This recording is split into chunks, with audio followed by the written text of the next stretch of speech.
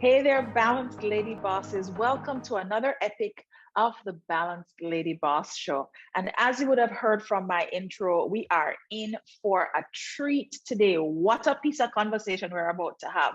I am so excited to be joined by Odetta Rockhead-Kerr, who is going to be sharing insights about her Balanced Lady Boss journey, and in particular, a lot of gems that I feel I need as my self-therapy as I step fully into blooming as an entrepreneur.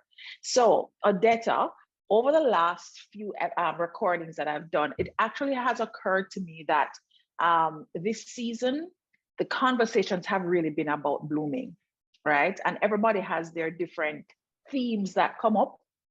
But I can tell you, this episode and every other previous episode I've recorded has always provided me with some kind of therapy. So just so you know, full disclosure, this is active therapy session right now. So feel free to fling in any kind of coaching you think is necessary that will benefit me and the community. So welcome, welcome, welcome. Thank you for joining us. Oh, it's a pleasure, Stacey, and thank you for having me. And to me, this is exciting. You know, anything that will help others to rise, to develop, and to learn. And learning is a two-way street because I'm also going to be learning from today's conversation. So I'm looking forward to it. Thanks for having me. Excellent, excellent. So we're going to jump right in. And as you would have read from the podcast overview, we are really focused on helping women to discover their best selves and stepping into their best selves who wants to be from a holistic place. And that has us focusing on three primary areas: boardroom, bedroom, and bliss. And we always typically start off with the boardroom conversation, and then the other elements will sometime arise out of that. And your boardroom experience has been quite an interesting one, somewhat self-charted and really a magnificent manifestation, I would say, of many people's dreams that they may have had.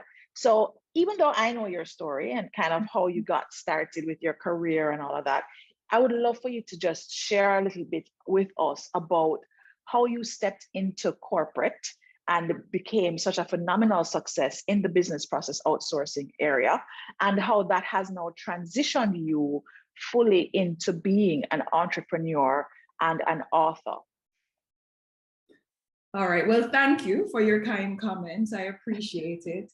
And I like to call this story, it was one of my Instagram supporters who said, your stories from the board house to the boardroom. And it literally is from the board house to the boardroom. So I grew up relatively poor, and how I ended up even getting into outsourcing is completely by chance. When I was in high school, I was great with art and extremely artistic. So I was supposed to be this world-renowned architect. You have to put the word renowned in it because we don't do normal, right? Right. So when I got pregnant, well, the second time, because I got pregnant twice before 17, but the second time was consensual, and I decided I wanted to keep that child because I was certain after the first time, and it was a situation where I was raped, that I would not be able to have more children. So that decision resulted in my mother basically saying, don't come back home. You have, this is a mess. And I didn't have anywhere to live for a while, but then I was taken in eventually by my son's father, whose mother and his parents were not there. They were working abroad, and he was being raised by a housekeeper for the most part, and they would visit regularly. So I was hiding in that house for months. And then, of course, they found out I was there, and his mother, and I refer to her in my book as my fairy godmother, because she really took me in and turned my raggedy slippers into glass slippers. So she became instrumental in my life, and she helped me to start going back to school after I had my son. She wanted me to stay home with him for the formative years, and for that, I'm forever grateful. But I was able to go back to school during that time because both of us were in college when it happened, and we had dropped out. And it so happens when I'm home with my son, and there was this ring at the doorbell, and it was a Jehovah's Witness lady who came in, and she started to talk to me about Jehovah and the word. And I've always been a believer, somebody with a lot of faith. So I received it, and we developed what felt like a friendship, mentorship kind of relationship over time. And the time had gone by very quickly, and it was now time for me to figure out what I was going to do, because nobody was going to pay for me to become a world-renowned architect at this stage. Right. So I told her that I'm a bit confused as it pertains to my career, but I would like to get a job so I can feel out the work world and determine, you know, what I like, what I'm good at. And she said she was a Canadian expatriate, Jamaican origin, but lived in Canada most of her life. And she came back as an expatriate and was working for a US company at the time in the Montego Bay Free Zone. And she said, you know what, there's a position that's opened up. It's very low, it pays little or nothing. It's lower than entry level. And, but you know, it would give you an opportunity to feel things out. Because I didn't have to figure out where my meals were going to come from or to pay my bills, I said, you know what, I'm going to take it. And I will never forget it. Paid $1,350 per week, which was a little bit over minimum wage. Wow. And but the experience, not so much of the job, because it was doing entry-level accounting with data entry, that kind of thing, but more so the fact that in having access to accounting, I ended up seeing payroll. And by looking at payroll data, I saw the salaries. At that time, all the management roles were occupied by expatriates in operations. And I saw their salary and I thought to myself, my God, this money are real? People can actually make this kind of money in Jamaica?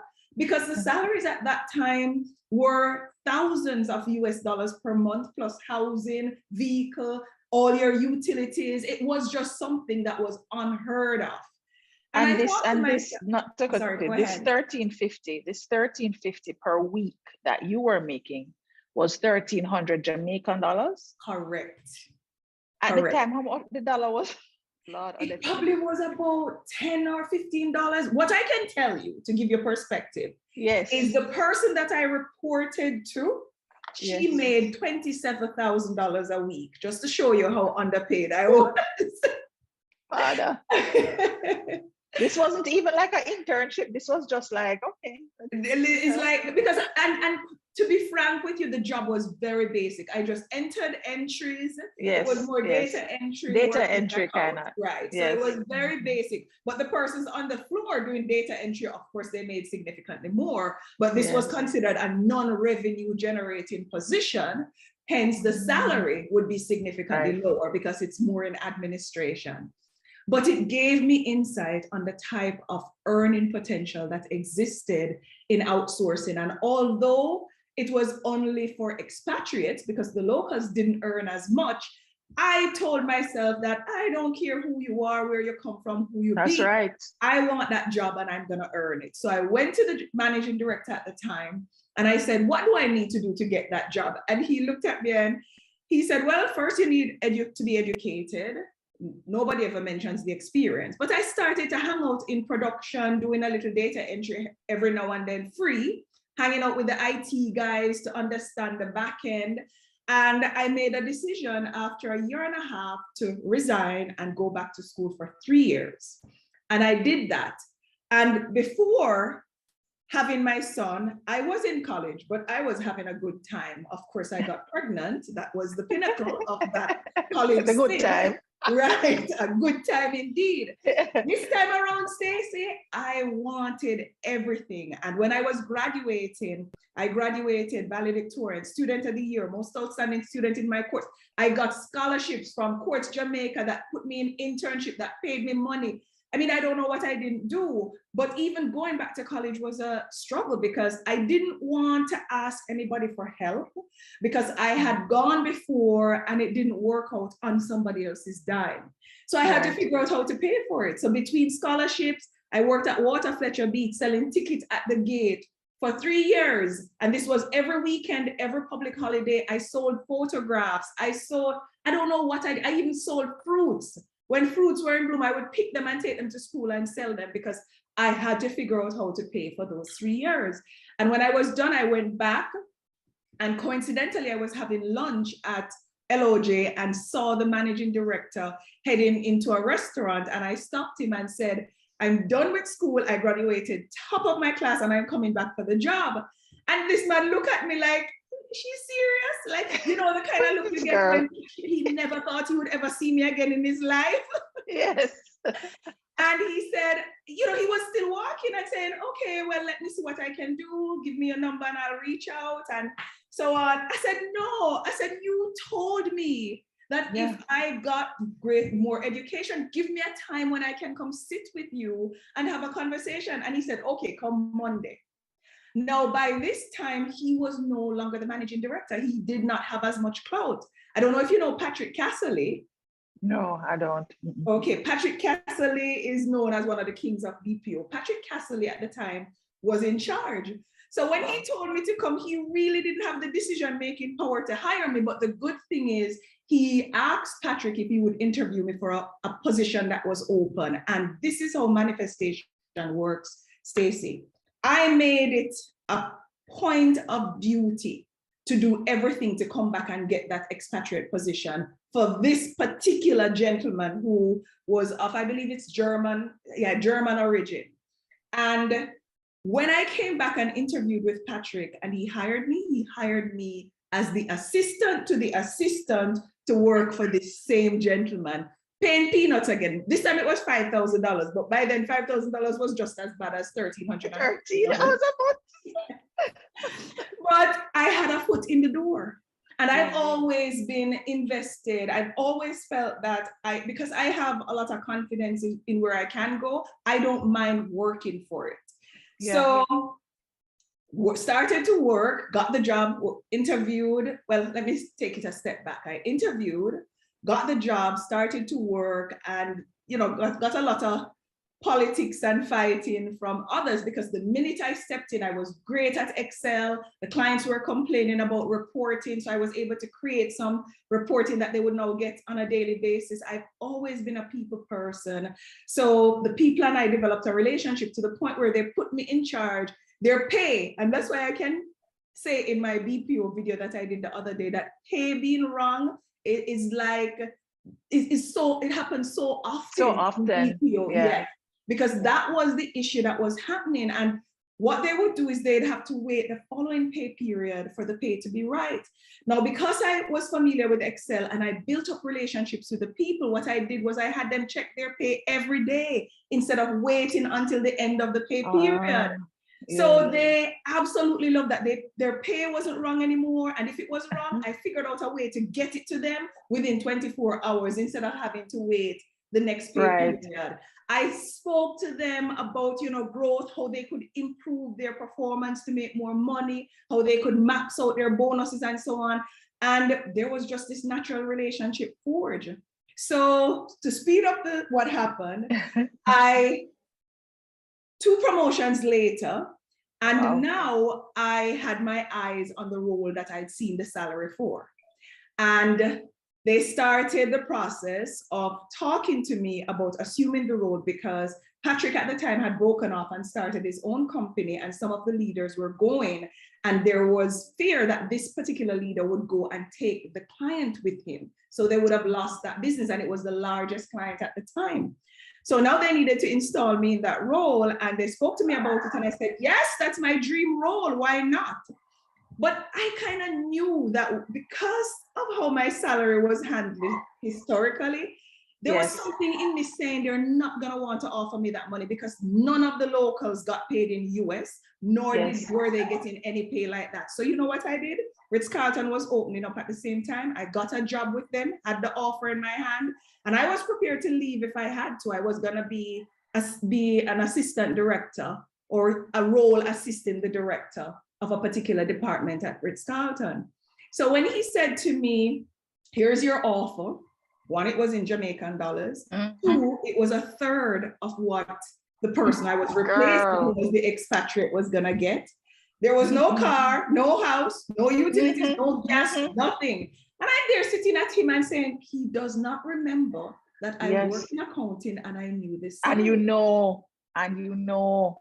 And that's the first time I realized, and I say this in my book, that somebody could understand let me see how I said it. Somebody could understand my value or appreciate my value, but not know my worth. But I knew my worth. Yes. And I said to him, here, I cannot take that offer. I know what the job pays, and I'm going to consider another offer that I have, and I'll be moving on. And, you know, he became very anxious because he didn't expect that response. So anyway, he said he would get back to me. A week passed, I didn't hear anything. I'd given them 2 weeks notice. So I said, I need to tell the clients and the people so we can transition whoever is going to assume this new role. Somehow, I don't know if it was his admin or who, but word got out because the managing director had now taken over after Patrick had left. So word got out that I was leaving, and the staff threatened to strike because they were saying that you have come and bridged the gap so much with all the issues that we were having. The client was mad. And he came back, and this time he said, okay, here's a little better offer. It still wasn't even, it was a little bit more than half, I believe. And I said, I know my worth. There's no way I'm going to step into a job, the exact same job, and because I'm Black, come from country, I'm poor, you're going to pay me less when I have to execute the same way and take the same chances and have the same amount of responsibilities. So I told him I was leaving, and I started to walk out of his office, and he sent his admin after me, and they came. And I must tell you that that night I left his office. I had the car key in hand. I didn't know how to drive. I didn't have a driver's license, right? But I had a car, had the car key, had the rental for it was the most affluent, one of the most affluent communities, a rental property there, which I didn't want to live there, so I took the money. And then I had all the utilities, the gas allowance, every single thing that that gentleman was making. So it's so important to know your worth. Oh my gosh, and to stand in that power. You know, I mean, I'm not sure when this will air. You know, it will be a couple of months from recording, but we're actually in Women's History Month. Yesterday was Women's International Day. And so, you know, International Women's Day, and the breaking of the bias conversation is so relevant to our time. And a huge part of the challenge that we actually have with breaking biases, you know, it's not the persons that are external to us, because you're going to get what you're going to get externally. You have no control over that. But what you have control over is knowing your worth, standing in that worth. And it's something that is, it's really challenging for a lot of women, myself included. I really struggled with that a lot in my career. Really struggled with being able, like sitting down and having that conversation. And you were so young, like that for me would have been very difficult. I don't know that I would have made it to say I want the exact same. I don't know that I would have made it. So that boldness, guys, you know, listen, make notes. That boldness is something that your worth requires courage. Because who is going to fight for it for you if you don't? Yes. Nobody's going to stand up for you. So you have to take those chances. And I was young. What did I have to lose? I go to Ritz-Carlton and I do well and I get promoted there. I thought I had absolutely nothing to lose, but I wanted to be in BPO because I fell in love with the industry because of the people. So 15 years later, I was, you know, another company came to Jamaica and I was speaking at an event and they said, I want you to come and start our company here. Now this company wasn't registered, didn't exist in Jamaica. And I pick up myself and resign from 15 years working at Xerox, which was a Fortune 500 company, to work for another US company, but definitely not Fortune 500. That was not registered or didn't exist in the jurisdiction. So for the first 6 months, I literally worked from my vehicle and I was able to get it registered, and we partnered with the university to find a location. And then I started to hire employees beyond myself. So that lasted, I was supposed to stay there for 5 years because when I was 25, I made a decision to retire at 45. And in order for me to retire at 45, I needed to be debt-free by then. I needed to have accumulated a certain amount of investment where I can live and continue to enjoy the lifestyle that I had grown used to and not have to work if I don't want to. So a lot of moving parts had to be completely in sync for that decision to be made, which meant I would need to retire at 40 to get ready for that 45, meaning let me say that I would need to leave the job at 40 to get things ready to be retired at 45. Well, you see, when you manifest things and you put it down on paper and you start working towards it early, or when you envision things, I should say, and you go through the process of manifestation, because I used to take vacations and pretend I'm retired, right? I invested myself so much into the role of being retired that there was no way it wasn't going to happen. And so I told Sutherland I'd give them 5 years, back and forth, didn't want to go. So I ended up there for 7 years. So I resigned from Sutherland at 42. And the good thing is, again, when you start putting things in place, I talk about compound interest a lot, because when you're able to invest early and get that benefit over time, it's remarkable. And I was able at 42 to leave and pay off every debt that I had from a mortgage and a loan and everything, and just decide what I want to do. And I always knew I wanted to write a book from I was very young, which is why in the book you will see artifacts from I was a teenager, because I saved them from that time. And I wanted to publish my book, not self-publish, but to have it published. But when I started to I reached out to a publisher in the UK.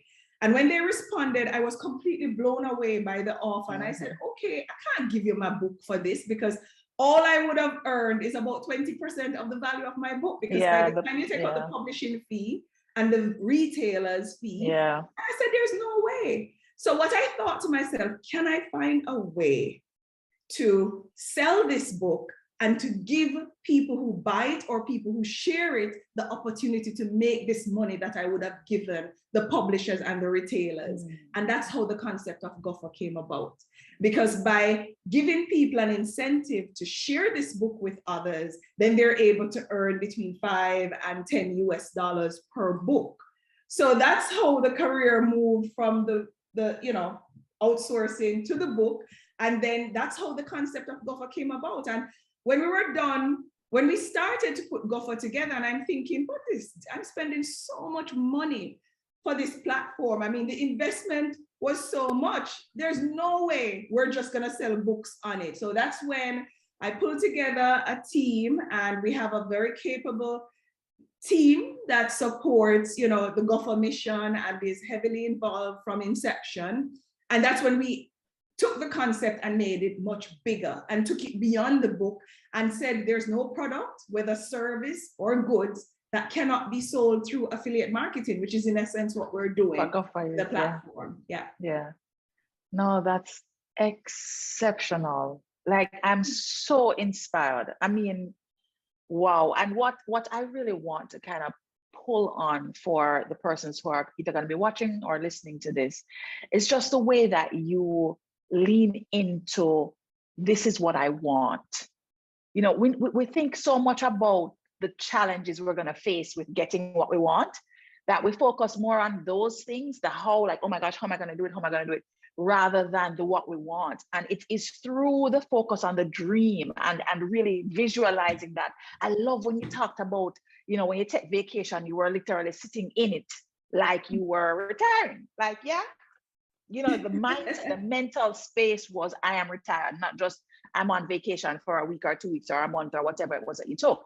Because a key component to actually attracting the life that you want, attracting whatever it is that you are desiring, is really behaving now in your current moment when you don't have it, as if you already do have it. And that's the secret sauce to manifestation. It is the secret sauce. And let me tell you, girl, I in my kitchen right now, I work on the sauce like nobody's business. I cook sauce left, right, and center. Because and it's a subtle distinction, but for somebody that has been studying consciousness and self-awareness for a long time now, since I think, I wouldn't say maybe for a long time. We'll say since 2006 was my first exposure to self-awareness, when I read A New Earth.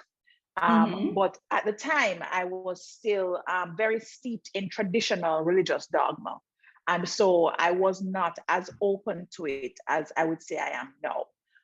But actively, I would say since maybe 2014, 2015, I've really been following different teachers around the concepts of mindset transformation and really becoming aware of the laws that surround us, etc., and being able to lean into that in a more intentional way, which is where the whole concept of intention came from. And I find that you are an extraordinarily intentional person.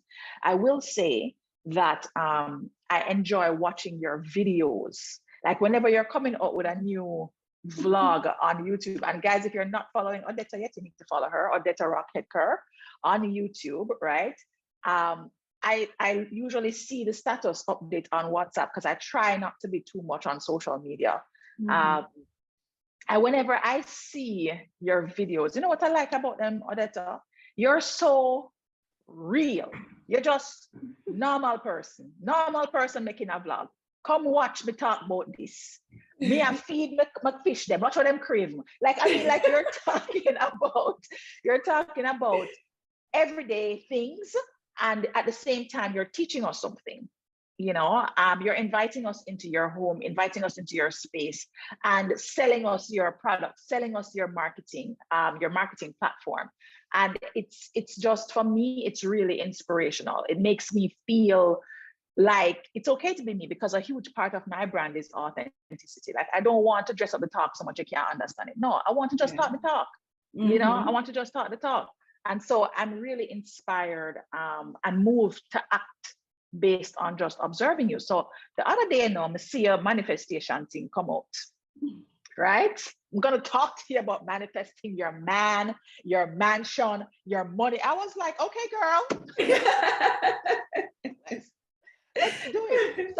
So in thinking through, you talked a lot about, and this is a very vulnerable space, I find. You talked a lot about some choices that you made in life that led to, different difficulties in relating with men, right? And you talked about even having to deal with a rape and navigate managing yourself beyond that.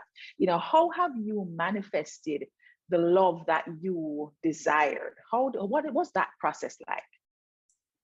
Vulnerability in love, and that's a whole lesson in my book, is how I did it, right? If you think about my history, I have had a lot of trauma from relationships.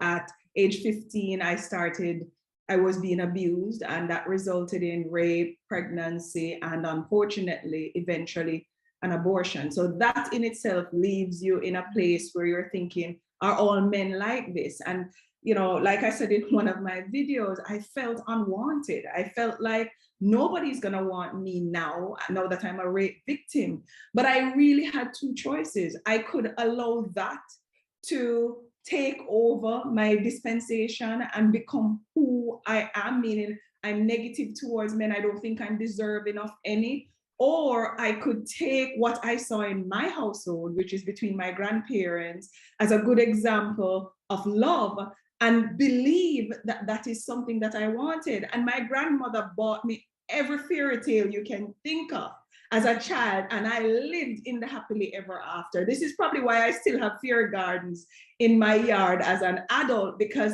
I just love connecting to that space, which for many is just unrealistic. So yeah. I made the decision to believe that I'm deserving of love, regardless of what happened. And then after that, I was in a very good relationship with my son's father for over a decade.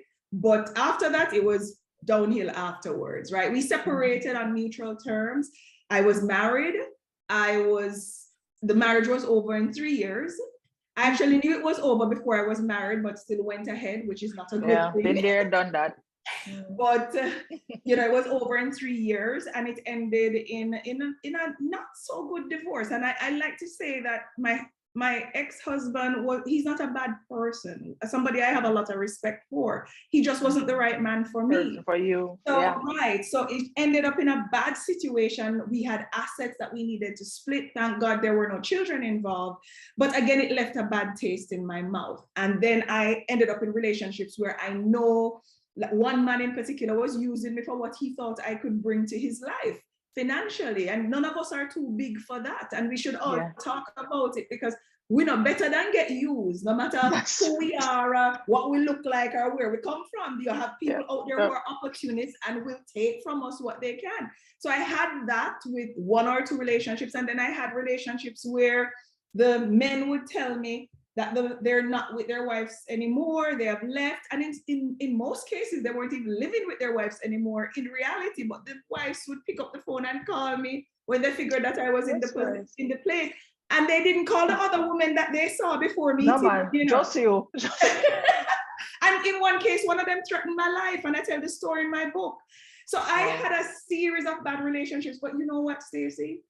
I knew that I was deserving of love. And I believe that as a child of God, I am not going to give up on it. I'm going to have faith, and I'm going to tell myself that that man that is ideal for me is going to come along, even if it's when I'm 60 years old. And I'm of the mindset, I'm not like most people who say, okay, I got married, I'm not going to go down that road again. No, I will marry 20 times to get it right. Why is marriage any different? Think about it.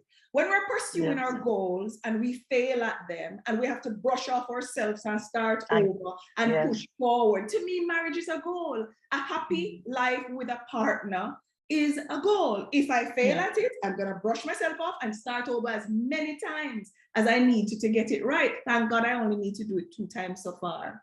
Knock on wood. I go and knock on wood for you too, because I love you, Stucker. Thank you. Thank you. But yes, I kept believing that I was worthy and deserving of a love that was more respect than I love you. I tell people all the time that my favorite saying is not I love you, it's I got you. I want to know that my partner has my back. I don't want to hear that I love you as often as I want to know that if something were to happen, he's going to be there.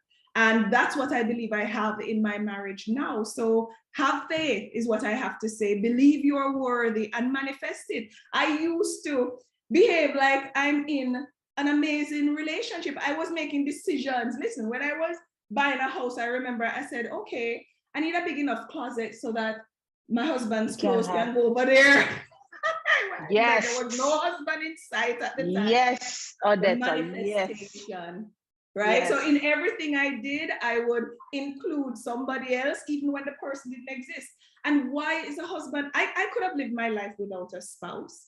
But you know what? I'm a homebody. And I want to know that when I get old, I have somebody to share experiences and life with, and just to talk with. And that's why it was so important for whoever I marry to be my best friend, or a great friend that I can talk to about anything. No, that's good. Girl, let me tell you something. I actually am in the space now where I am using, and I'm actually using the word using very deliberately.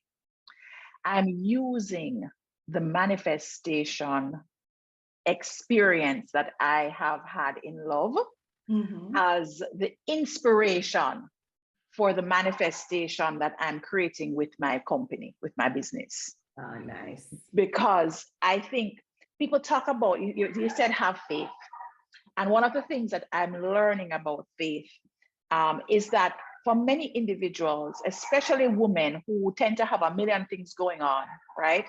It's very difficult for us to sit in the discomfort of our reality when we're trying for something else. We lose faith, right? And so what I've been actually teaching now is to the way you can build that faith muscle, build that belief muscle. Because I know that for me, right, when you talk about the trauma and stuff like that you experience, I know that for me, I carried a lot of my trauma with me. And and poverty, scarcity was one of those areas of trauma that I carried with me. And no matter how much course I would have taken and how much this I was so at the effect of my reality that I could not see the possibility that existed and feel into that no, right? So I stopped trying to do that.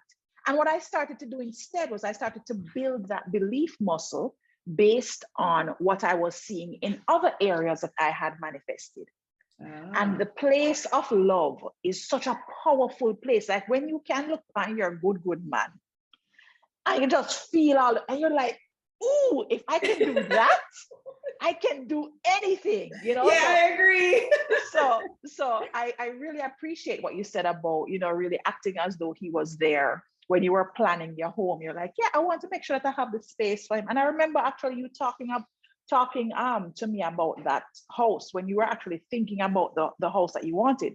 You were living down at Dillsbury, I think it was Yes. at the time. Yes. And I loved your townhouse. Your townhouse was so fabulous, right? Thank you. And you were talking about this new house. I'm saying, but how much more house Odetta wants? And you're like, no, because I'm gonna have a man.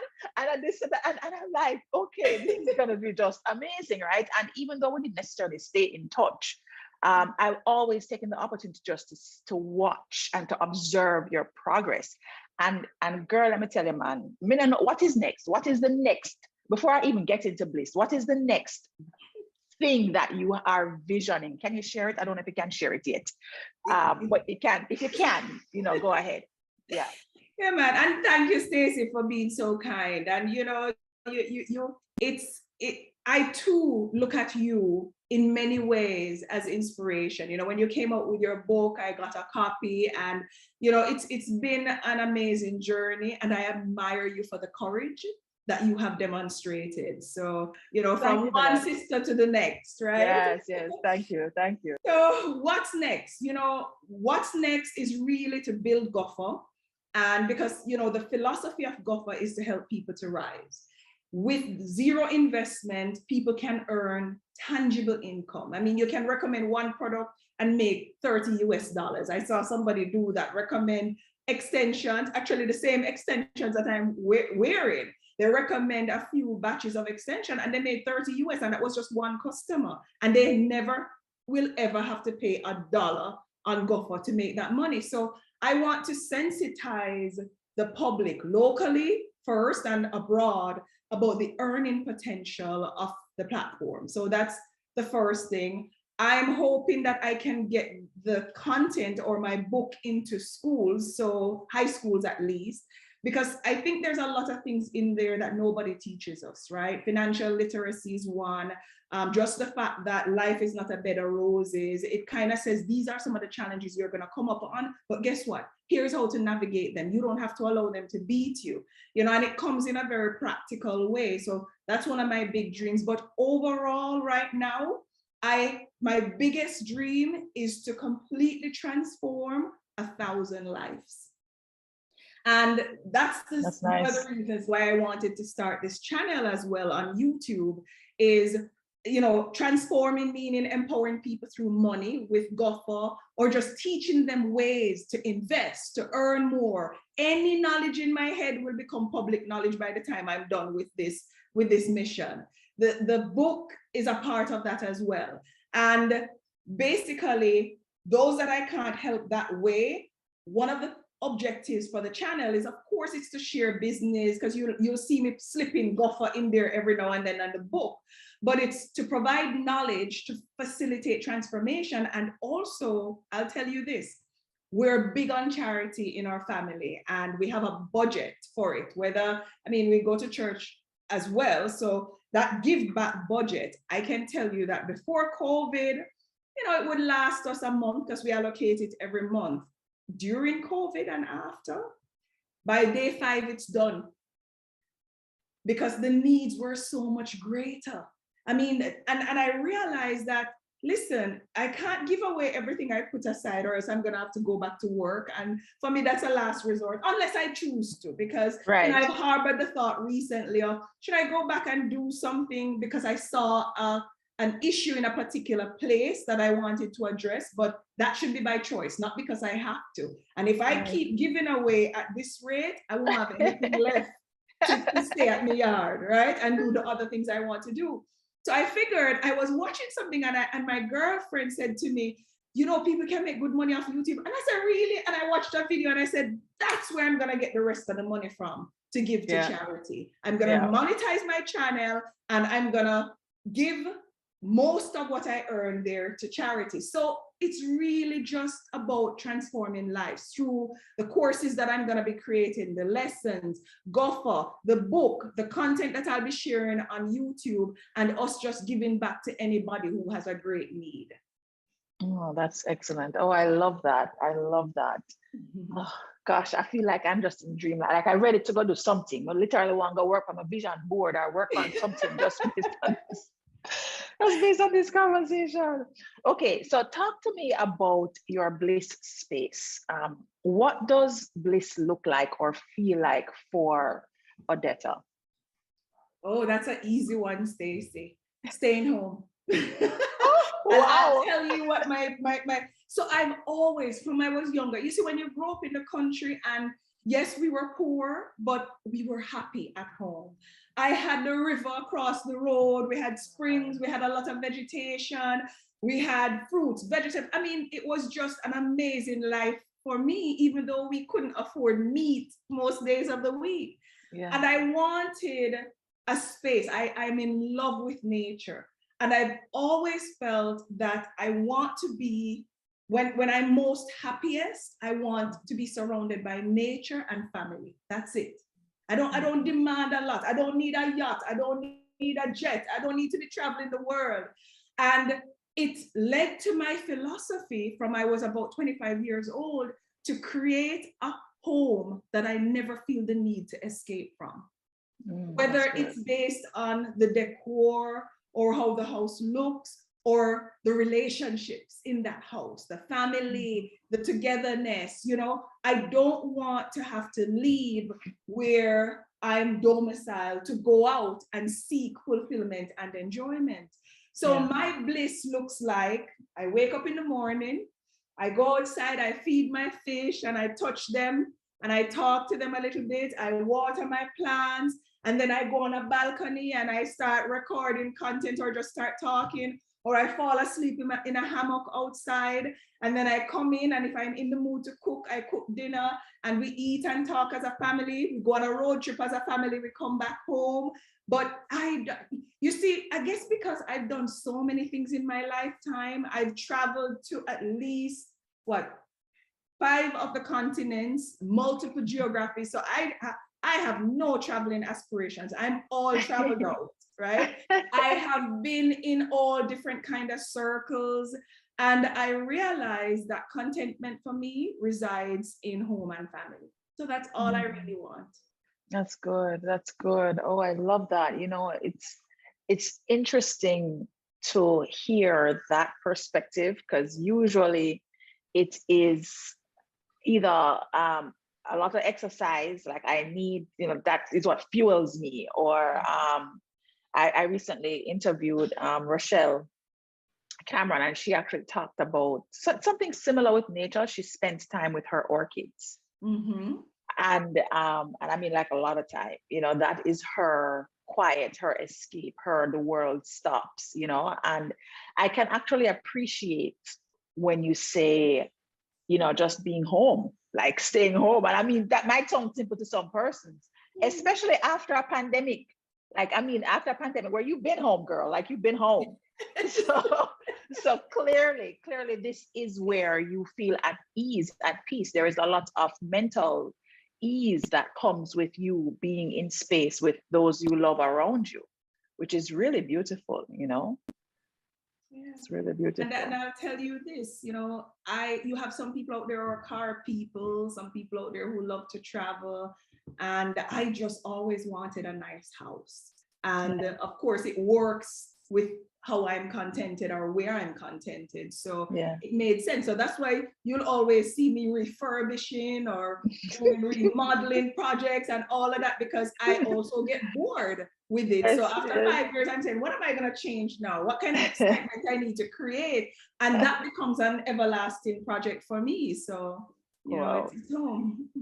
So in your home space, is that also where you practice what I've been calling self-care, or is it that you are a spa girl, or a meditation, or just home quiet feeding my fish? Is that what care looks like for you when you say you're giving yourself some love? I do meditate most mornings, and that's so important for me because it brings perspective to yesterday and it sets me up for today, and it helps me to envision what tomorrow is going to look like. So when I meditate, I often have my tablet beside me, so I'm jotting down things that come to mind and thoughts and actions that I need to complete. So that for me is very important. I try to go to church as much as I possibly can as well. On a Sunday, I worship, and I worship in the inner city. So, it's an amazing experience because you're among people from every corridor of life, right? And it's just very breathtaking to be at my church because like the talent there, when you talk about praise and worship, or Bishop, his education, his care and concern for people, and his need to give back, that for me is a part of my self-care as well. In terms of my nails, quite frankly, I only do them when I absolutely have to. So 90% of the time you look at them, like right now, they're chippy. And it's because I can't pull myself away from home to go and do them.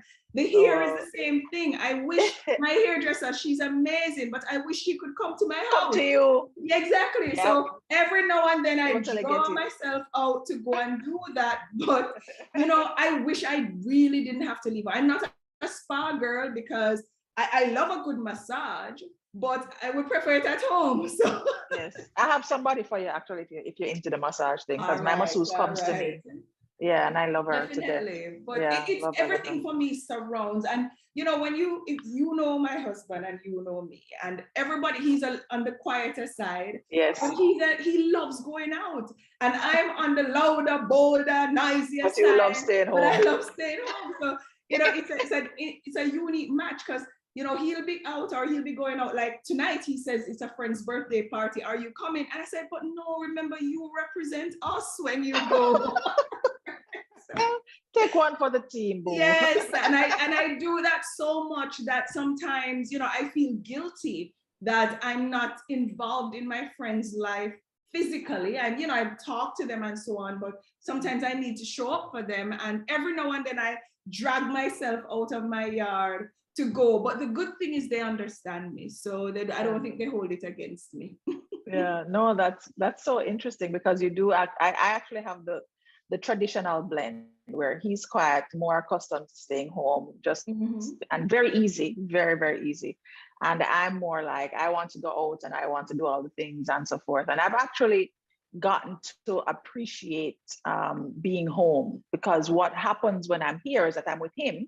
And because he's so easy and laid back, I've learned about ease.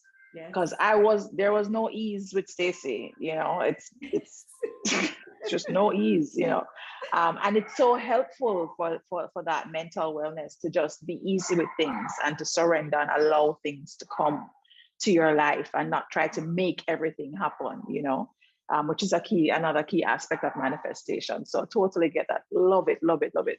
Okay, so we're actually at the end of our interview time, and I do have one last question to ask you that I try to ask most of my guests. If you had one thing to share with these ladies that are part of this community that has been a guiding principle for you, and it can be anything, it can be a quote, a Bible verse, a fable, whatever it is, what is that one thing that you can always rely on to bring you back to yourself, to bring you back to center and allow you to know that you can create the life that you want? So the first thing that comes to mind is I always say to myself, don't stop until you're proud, Odetta. Don't stop until you're proud. Whatever it is that I'm doing, if I'm going after a career or trying to aspire towards a position, it doesn't necessarily mean that I have to get to the top. It means I need to get to where I'm going to be proud that I invested everything I had in me to get there. I'm not going to get there and think, oh, I could have done this and this and this and this differently. Remember, the book is no regrets, right? Just lessons. Yes. So if it's a relationship, it's the same thing. I don't want to stop because I found a partner. If it's not the right partner for me, I'm going to stop when I'm proud that this person I can stand with a lot of pride. So what that does for me is it allows me to never settle for less than I deserve. without interpreting it that way. Because remember, the needle moves in terms of success, and Always. sometimes when you set your eyes on a huge goal, and for whatever reason, sometimes things are outside of your control, you don't achieve it, you get devastated and deflated. But if you say, I'm not going to stop until I'm proud, you may not get to that, but you know that you have done everything in your power to get there. So you are proud. So you're not settling, but you are not making or allowing that aspiration to bother you because you didn't achieve it. So it applies in every aspect of my life, everything I go into. With Gopher, I said, I'm not going to stop until I'm proud of what it's done. The book, it's the same thing. So it's one thing for me that's transferable, and the values that it will cause you to adopt and to integrate in your daily life for me is around not giving up on yourself, self-worth, not settling for less than you deserve, and just having faith in who you are to achieve your greatness and not, accept anything less. And I always like to say we don't do normal. And yes, that's right. I love that when we don't do normal. I love that. Yoke up, right? Those people don't need to be over here. They need to be somewhere else. We do extraordinary and amazing and fabulous and intentional. So yes, and epic. That answered your question. We do epic. There you go, even better. Awesome. No, that definitely did. Thank you so much for that. And thank you for joining us on the Balanced Lady Boss Show. You have dropped tons of gems and definitely left me feeling touched, moved, and inspired on my journey. Oh, it's a pleasure. Thank you for having me. And I'm very grateful and humbled that you found value in what I had to share. And I too found value in our conversation. So thank you for facilitating, Stacey. Awesome. Excellent. Yay. Okay, Balanced Lady Bosses, thank you for joining us for another epic.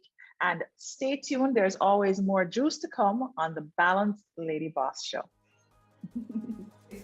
Welcome to the Balanced Lady Boss Show. It's time to